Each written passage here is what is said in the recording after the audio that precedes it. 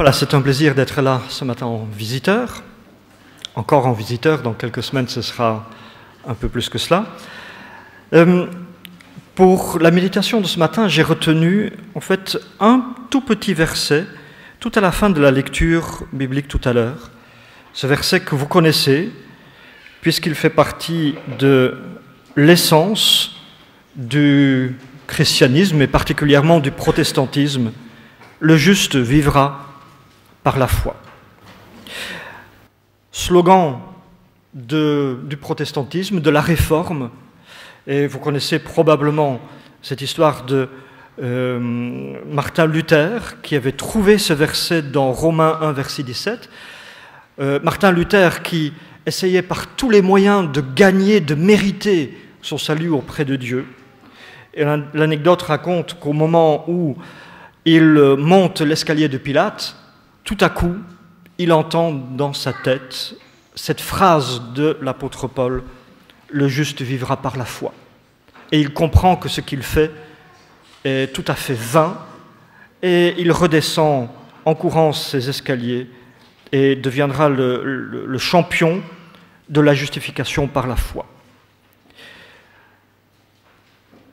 Texte de l'apôtre Paul, lui qui a beaucoup écrit sur la justification par la foi. Ce qu'on sait parfois beaucoup moins, c'est qu'effectivement ce petit verset se trouve pour la première fois dans l'Ancien Testament, et notamment dans le livre du petit prophète Habakkuk. Alors quand on dit petit prophète, je ne l'ai jamais rencontré, je ne sais pas dans quelle mesure il était vraiment petit. On le dit petit prophète parce qu'il écrit un petit livre, mais petit ne veut pas dire sans importance. Justement, c'est un petit livre très instructif, et j'allais dire aussi très actuel. Le contexte de Habakkuk, c'est un contexte de crise. Crise, c'est un mot qu'on connaît bien aujourd'hui. Que ce soit la crise économique, la crise financière, ou parfois dans notre vie personnelle, ces petites et ces grandes crises. Je ne sais pas d'ailleurs si cela vous arrive aussi, parfois vous, de passer par un moment de crise, ou en tant que bon chrétien, votre vie est un long fleuve tranquille.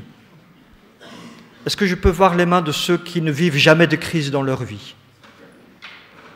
Voilà, j'ai du mal à interpréter votre réaction. Soit vous dormez, soit parfois vous vivez des crises. Est-ce que je peux voir les mains de ceux qui parfois vivent des crises dans leur vie?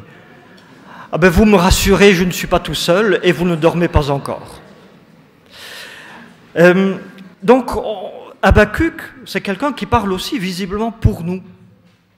Parce qu'il vit à un peuple il parle à un peuple qui vivait dans la crise. En fait, c'était la fin du 7e siècle avant Jésus-Christ, et le peuple d'Israël passait par une période de crise de foi, mais aussi de crise morale. Et un contemporain va même dire qu'à ce moment-là, on vendait un juste pour de l'argent et un pauvre parce qu'il n'arrivait pas à payer une paire de souliers. On pourrait rapprocher ça de la crise économique actuelle. La raison principale, vont dire les prophètes, c'est principalement l'idolâtrie, le fait que le peuple s'éloigne de Dieu, et il en résulte une très grande injustice, même sociale. C'est une conséquence, vont dire les prophètes, de l'abandon de l'alliance avec Dieu. Israël n'en fait qu'à sa tête. Et finalement, Dieu va envoyer des prophètes, des porte-paroles, pour essayer par tous les moyens que Dieu récupère son peuple. Ces prophètes vont faire appel à des images. Et peut-être la plus frappante, peut-être aussi la plus choquante, c'est le prophète Osée qui va l'utiliser. Et il comparera Dieu à un mari trompé par sa femme. Et ce mari va essayer tous les moyens possibles pour récupérer cette épouse infidèle. Et un autre texte que vous connaissez probablement bien, et qui est un peu de circonstance, puisqu'on parle de l'os du bœuf et de l'âne, c'est dans Ésaïe chapitre 1er, Ésaïe qui commence son livre, et pour ceux qui ont leur Bible, vous pouvez l'ouvrir donc dans Ésaïe 1, sinon vous pouvez suivre le texte sur l'écran. Et donc Ésaïe 1, verset 2, « Cieux, écoutez, terre, prête l'oreille, car l'Éternel parle. J'ai nourri et élevé des enfants, mais ils se sont révoltés contre moi. » Donc Dieu se présente ici comme un père dont les enfants se sont enfuis. Le bœuf connaît son possesseur et l'âne la crèche de son maître. Israël ne connaît rien. Mon peuple n'a point d'intelligence. Voilà donc le message de la plupart des prophètes. Dieu ne supporte plus que l'homme a abandonné l'alliance, que l'homme l'ait abandonné, et Dieu va utiliser tous les moyens possibles, jusqu'à aller très très loin. Et notamment le moyen ultime qu'ils vont devoir annoncer, le moyen ultime trouvé par Dieu pour récupérer son peuple, eh bien ce sera l'exil. Vous voyez ici la porte Ishtar qui donnait accès à Babylone, vers où le peuple a été exilé. Et eux n'y sont pas allés comme touristes, bien sûr, et pas du tout non plus comme participant à un voyage bibliarchéologie, mais ils y sont allés parce qu'ils n'avaient pas le choix. Ils ont été déportés. En étant confrontés à la nation dont Israël servait les idoles, eh bien Dieu espérait qu'il y aurait à un certain moment un déclic, un retour, qu'il verrait à quel point ces idoles qu'il servait en Israël étaient néfastes. On pourrait comparer aujourd'hui avec des personnes qui disent, et c'est quelque chose qu'on entend relativement fréquemment aujourd'hui, des personnes qui croient en la réincarnation. Et parfois j'ai tendance à leur dire, écoutez, allez vivre un tout petit peu pendant quelques mois, quelques années en Inde, mais pas comme un privilégié, bien sûr, vivez comme un paria. Et à ce moment-là, vous verrez ce que ça veut dire concrètement croire à la réincarnation. Voilà donc le procédé pédagogique étrange que les prophètes vont devoir annoncer. Ce moyen ultime par Dieu pour récupérer son peuple. Mais les prophètes ne vont pas seulement annoncer cela, ils vont aussi subir, comme tout le monde. Et les prophètes ne sont pas des surhommes. Quand on dit subir, mais ça veut dire que, tout comme pour tout le monde, mais ça leur pose un réel problème. Ça devient vraiment une épreuve qu'ils subissent, et ils se posent beaucoup de questions. Et c'est là qu'intervient Dieu dans l'histoire d'Habacuc, et peut-être aussi dans notre histoire. Parce qu'avouons que nous aussi, souvent, nous avons des points d'interrogation, des questions qu'on a envie de poser à Dieu. Je vais vous inviter à prendre le livre du prophète Habacuc au chapitre 1er. Et donc on va essayer de parcourir quelques textes dans le livre de ce prophète. Donc Habacuc, chapitre 1er, versets 1 à 4. Habacuc, petit prophète, parfois difficile à trouver, 3 ou 4 livres avant la fin de l'Ancien Testament. Voilà. Alors, chapitre 1er. Oracle révélé à Habacuc le prophète. Première question. Jusque à quand, ô Éternel? J'ai crié, tu n'écoutes pas.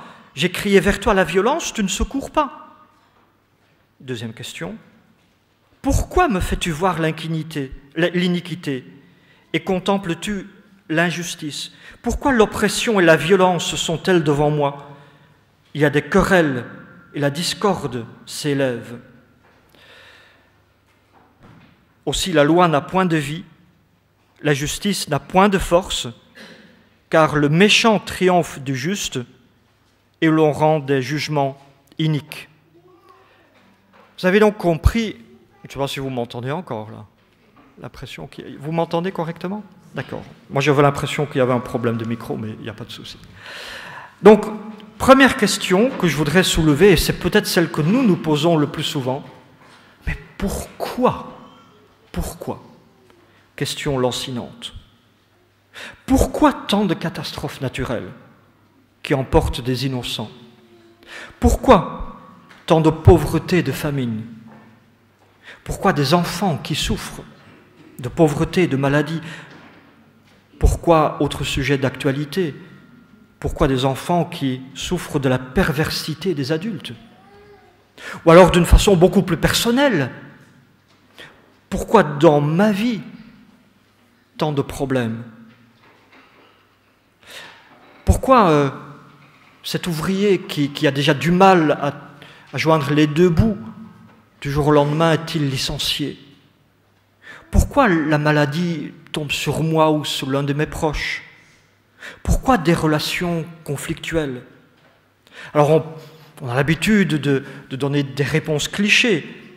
Peut-être d'abord, pour être réaliste, parce que je l'ai bien cherché. Pour beaucoup de questions, on est peut-être premier responsable. Mais pour d'autres, on dira, c'est la vie. Ou alors, c'est que ça devait être comme ça. Et au bout du compte, on se rend compte qu'on trouve tout au plus des réponses partielles, mais rarement satisfaisantes. Et en tout cas, on ajoutera très souvent la deuxième question, mais jusqu'à quand? Combien de temps est-ce que cela va durer encore? Et là, c'est une autre question qui est tout à fait d'actualité et qu'on peut rapprocher d'un texte dans l'Apocalypse. Un cri qui s'élève en plein cœur de l'Apocalypse. Jusqu'à quand, Maître saint et véritable, tardes-tu à juger? C'est un cri de désespoir dans la persécution. Pour les croyants, quand on a ce genre de questions, pourquoi, jusqu'à quand?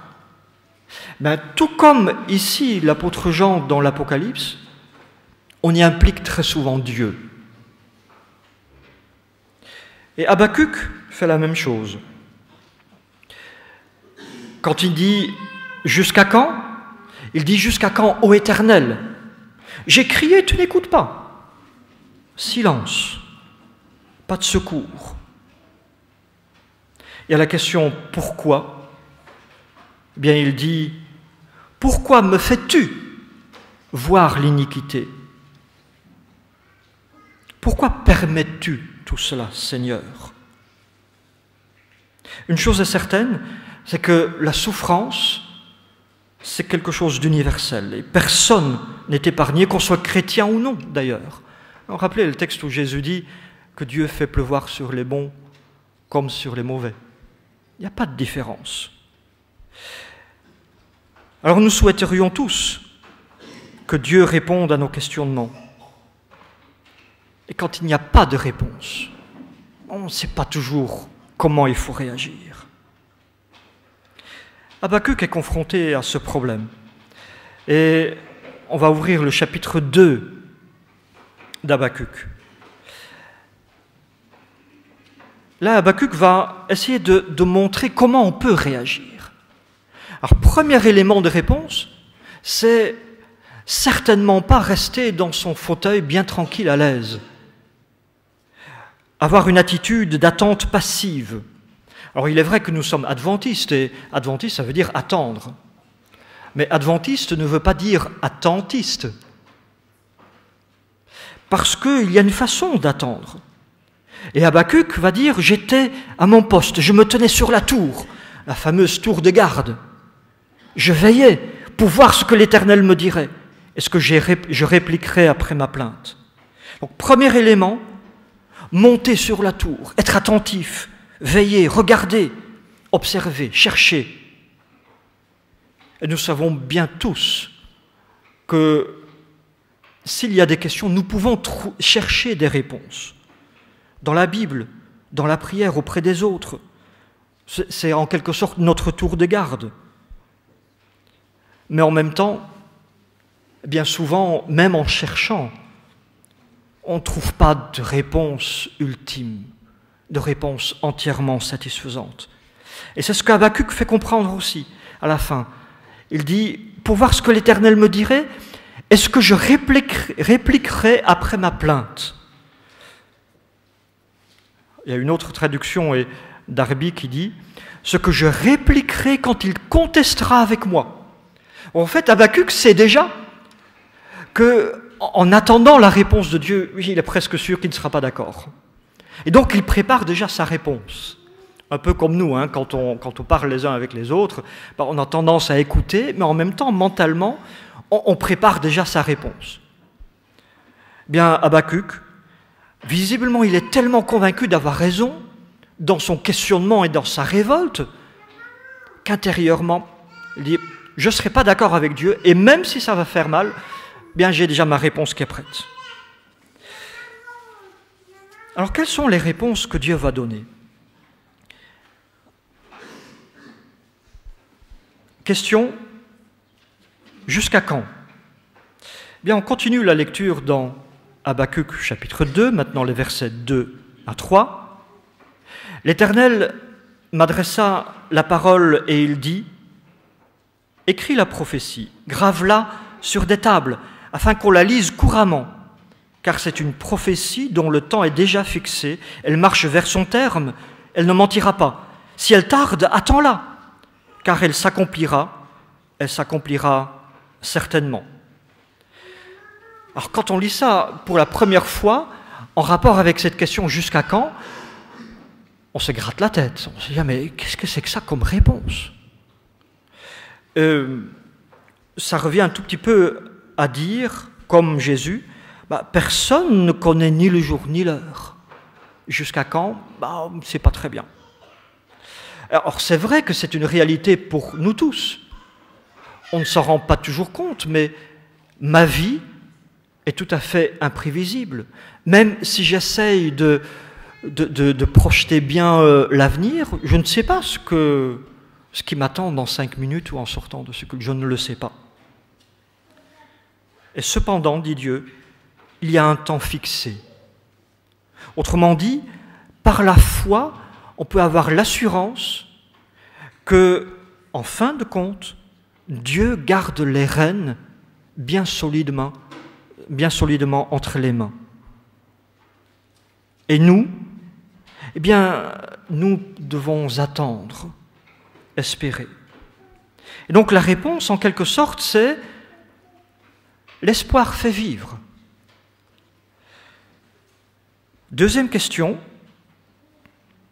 pourquoi? Et là, on trouvera la réponse, la foi fait vivre. Et ça fait allusion, bien sûr, dans le livre d'Habacuc, donc au chapitre 2, verset 4, ce petit verset avec lequel on a commencé, « Le juste vivra par la foi. » La foi fait vivre. Encore faut-il bien comprendre de quoi il s'agit. Le juste vivra par sa foi. Là, nous avons la traduction de Louis II. Quand on parle de vivre, eh bien c'est vivre malgré tous les questionnements qu'on puisse avoir, malgré tous les obstacles, vivre vraiment malgré tout. Et ensuite, on parle du juste. Est-ce que je peux voir les mains de tous ceux dans la salle? Mais je vais fermer les yeux. Hein. Voilà, je vais enlever mes lunettes, je vais fermer les yeux. Je voudrais bien voir les mains de tous ceux qui se considèrent comme justes. Levez la main, s'il vous plaît. Ok, très bien, merci beaucoup. Ah, je vois que vous avez déjà tous baissé la main, je suis très content. Je vois que vous avez compris que la Bible, quand elle parle de juste, ne parle pas du tout de quelqu'un qui n'a pas de faute, qui n'est pas parfait. Ce n'est pas du tout cela. En fait, quand on parle d'un juste, on parle de quelqu'un qui, très sincèrement, essaye humblement de marcher avec Dieu dans son alliance. De marcher en relation étroite avec lui. Et donc, dans ce sens-là, je suis vraiment content que vous ayez tous levé la main tout à l'heure, parce que dans ce sens, nous sommes tous justes. Mais bon, ne le proclamons pas trop vite parce qu'on croira qu'on est orgueilleux. Voilà, donc ça, le juste vivra. Et ensuite, par la foi. Qu'est-ce que ça veut dire le mot foi? Tout à l'heure, quand j'écoutais un peu les différentes classes d'école du sabbat, je me suis dit, j'espère que vous allez m'excuser, mais qu'en tant qu'adventistes, nous sommes vraiment champions du patois de Canaan et des clichés. Qu'est-ce que ça veut dire que la foi? Alors, quand on lit un peu d'autres traductions, on découvre que c'est parfois un peu différent. Par exemple, ici, vous avez la nouvelle traduction seconde. Le juste vivra en tenant ferme. C'est le même mot en hébreu, émouna. La traduction œcuménique traduit par fidélité. C'est la même chose que la foi. Alors, en réalité, celui qui a peut-être le mieux défini, c'est Chouraki. Vous savez que Chouraki, souvent, il trouve des néologismes pour essayer de comprendre l'esprit hébraïque. Lui, il traduit par adhérence. Alors, ce n'est pas adhérence à une société où on paye la cotisation, pas du tout. C'est plutôt le verbe adhérer dans le sens de coller. Coller à quelque chose. Être solidement basé, être solidement fondé sur quelque chose. Et l'image qui revient là, en fait, c'est l'image du roc, du rocher. Et donc, la foi, en hébreu, c'est considérer Dieu comme tellement solide, solide comme un roc, et digne de confiance qu'on est d'accord de construire sa maison, sa vie, sur lui et avec lui. Ça, c'est la foi. Et vous comprenez maintenant qu'effectivement, la foi comporte toutes ces connotations de fidélité, d'adhérence, etc. Et donc, là, on comprend mieux pourquoi il dit « la foi va vivre », malgré toutes les interrogations, malgré l'absence de réponse. Car, revenons à notre Habakkuk qui réfléchit sur la vie, avec ces questions, jusqu'à quand et pourquoi? Je ne sais pas si vous l'avez remarqué, mais qu'est-ce que Dieu a donné comme réponse? Pas vraiment de vraies réponses, que moi je considère comme de vraies réponses. Si Dieu me demandait de réagir, je dirais, écoute Dieu, excuse-moi, mais tu donnes des réponses de Normand. Tu tournes autour du pot, tu ne me donnes pas les réponses que je voudrais. Jusqu'à quand? Tu dis le temps fixé, que Dieu seul connaît, et entre-temps, espère, éveille, et attends. Et pourquoi? Là, il n'y a pas vraiment de réponse, puisque tu dis la foi fait vivre. Et en même temps, je trouve ça une réponse, j'allais dire géniale, si on peut dire ça de la part de Dieu, une réponse qui me plaît vraiment. Parce que, visiblement, ce que Dieu fait ici, c'est de transformer mon questionnement naturel « pourquoi ?» en une autre question. Ce n'est plus « pourquoi ?» mais c'est « comment ?» Comment peux-tu gérer tout cela? Comment peux-tu surmonter les difficultés? Il y a moyen de s'enfoncer de plus en plus avec ces « pourquoi ?» sans trouver les réponses. Et finalement, on en ressort complètement découragé. C'est peut-être plus important de voir comment je peux survivre. Dans la vie, on a tous beaucoup de questions sans réponse. Et même si parfois on a des réponses, elles sont rarement vraiment satisfaisantes.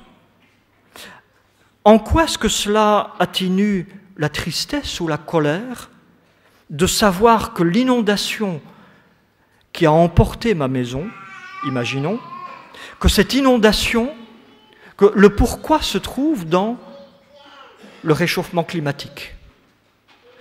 J'ai perdu ma maison, mais je comprends pourquoi, donc je suis rassuré. Ou le fait de comprendre le processus d'une maladie génétique orpheline qui a emporté mon enfant, imaginons, le fait de le comprendre, de comprendre le pourquoi? Est-ce que ça diminue ma souffrance, la souffrance des proches? Ah non, pas du tout.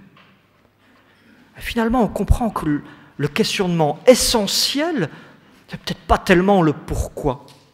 C'est plutôt de savoir comment. Comprendre le pourquoi, bien, la majorité des cas, je dois avouer que pour moi, j'ai découvert que ça me fait une belle jambe, quoi. Ça n'améliore pas mon confort de vie. Par contre, j'ai besoin de savoir comment je peux gérer, surmonter, comment je peux survivre, comment je peux garder l'espoir. Alors c'est un questionnement qui est typiquement humain. Quand on regarde les exemples de la Bible, l'exemple par excellence, c'est Jésus-Christ, qui lui aussi, au moment ultime, crucial de sa vie, quand il se trouve à Gethsémanée, a eu beaucoup de mal à transpirer, nous dit l'Évangile, de l'eau et du sang. Lui qui était abandonné, renié, trahi, vendu, et qui va dire à Dieu à plusieurs reprises, « Mon Père, excusez-moi, s'il est possible que cette coupe s'éloigne de moi. » Et il ajoute, heureusement, non pas ce que je veux, mais ce que tu veux. Et quand plus tard, quelques heures plus tard à peine, il se trouve sur la croix, bien là, il va s'écrier, « Mon Dieu, pourquoi ?» On retrouve le pourquoi. « Pourquoi m'as-tu abandonné ?» C'est le cri de l'humanité. On pourrait trouver bien sûr un autre exemple avec Job. Job qui perd tout, mais qui en même temps se perd lui-même en discussion avec ses amis. Et ses amis ont beaucoup d'explications, beaucoup. Et Job s'y perd complètement. Jusqu'au moment où il trouve le silence devant Dieu. Et après ce silence, elle va dire, mais Dieu, je pensais te connaître, mais c'était faux. Maintenant, je te connais d'une façon complètement différente. Habakkuk va inviter au même silence. Et au chapitre 2, verset 20, il y a ce verset qu'on connaît bien, mais qui est parfois sorti de son contexte, où Habakkuk dit « L'Éternel est dans son saint temple, que toute la terre fasse silence devant lui. » Autrement dit, quand on passe par ces moments difficiles, ne te perds pas dans les discours. Retrouve aussi le silence. Le silence devant la grandeur, devant la transcendance de Dieu. Et heureusement, Dieu ajoute aussi les promesses d'espoir, invitation de confiance. Mais le silence peut être un silence bienfaisant, le silence devant Dieu. Et donc, en quelque sorte, on trouve ici que devant le silence de Dieu, que Habakkuk va reprocher à Dieu, ici, il place le silence de l'homme. Comme quoi, le remède passe presque toujours par ce silence de l'homme devant Dieu. Et ensuite, bien, vous vous rappelez que quand on a parlé du questionnement d'Habakkuk, que Habakkuk était déjà en train de préparer sa réplique. En disant, quand Dieu aura parlé, je verrai bien ce que je vais répondre. Je vais entrer en contestation. Et ce serait bien de voir un peu quelle est sa réplique. Seulement, entre-temps, il est passé par le silence. Et on sent que sa réplique, ce n'est plus du tout la même que celle qu'il avait préparée dans sa tête. Qu'entre-temps, il a été changé. Quand on lit le chapitre 3, et pour moi c'est un des plus beaux chapitres de la Bible, on se rend compte qu'Habakkuk va terminer par une prière. Et ce qui est intéressant, c'est qu'à la fin du même chapitre, il va faire comprendre que c'est aussi un chant de louange, une prière louange. Malgré toutes ces réponses, ces questionnements sans réponse. Après le silence vient l'adoration. Et on lit ainsi le début de cette prière. « Éternel, j'ai entendu ce que tu as annoncé. Je suis saisi de crainte. » Et il est très réaliste. Il dit, voilà, je suis monté sur ma tour, j'ai entendu, mais ça ne diminue pas ma crainte. Mais il ajoute, accomplis ton œuvre. Seigneur, fais ton travail, même s'il est difficile. Il accepte le travail de Dieu. Accomplis ton œuvre dans le cours des années éternelles. Dans le cours des années, manifeste-la. Mais il ajoute, mais dans ta colère, souviens-toi de tes compassions. Il demande la miséricorde.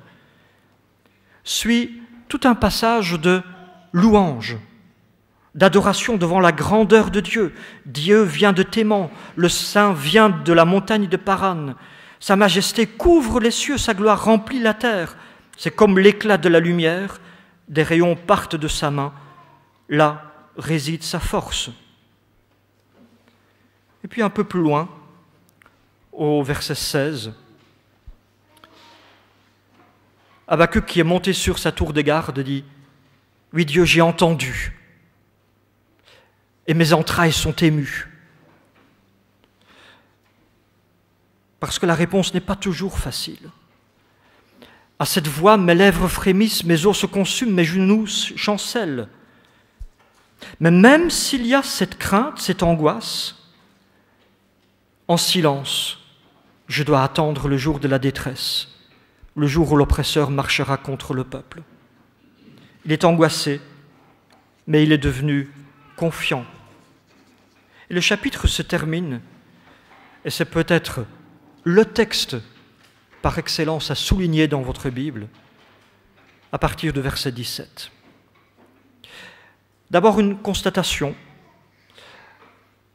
même si rien ne va, parce qu'il dit « Car le figuier ne fleurira pas, la vigne ne produira rien, le fruit de l'olivier manquera, les champs ne donneront pas de nourriture, les brebis disparaîtront du pâturage, il n'y aura plus de bœufs dans les étables. » Il y a des moments comme cela dans la vie, on ne peut pas les enlever, et il faut être réaliste. Mais il faut aller plus loin. Et Habacuc va plus loin. Toutefois, même s'il y a tout ça, je veux quand même trouver ma joie en Dieu, me réjouir en l'Éternel. Je veux me réjouir dans le Dieu de mon salut. Je veux me réjouir en Dieu parce que ma confiance est en ce Dieu, le Dieu de mon salut, celui qui peut intervenir en ma faveur. Et puis il termine en disant « L'Éternel, le Seigneur, est ma force. Il rend mes pieds semblables à ceux des biches. Il me fait marcher sur mes lieux élevés. » J'aime beaucoup cette expression. Il rend mes pieds semblables à ceux des biches. La biche qui peut gambader sur les rochers, ou plutôt ici le chamois, parce que le rocher est solide. Rappelez-vous cette image de la foi. Dieu allège les fardeaux, permet de transcender les difficultés,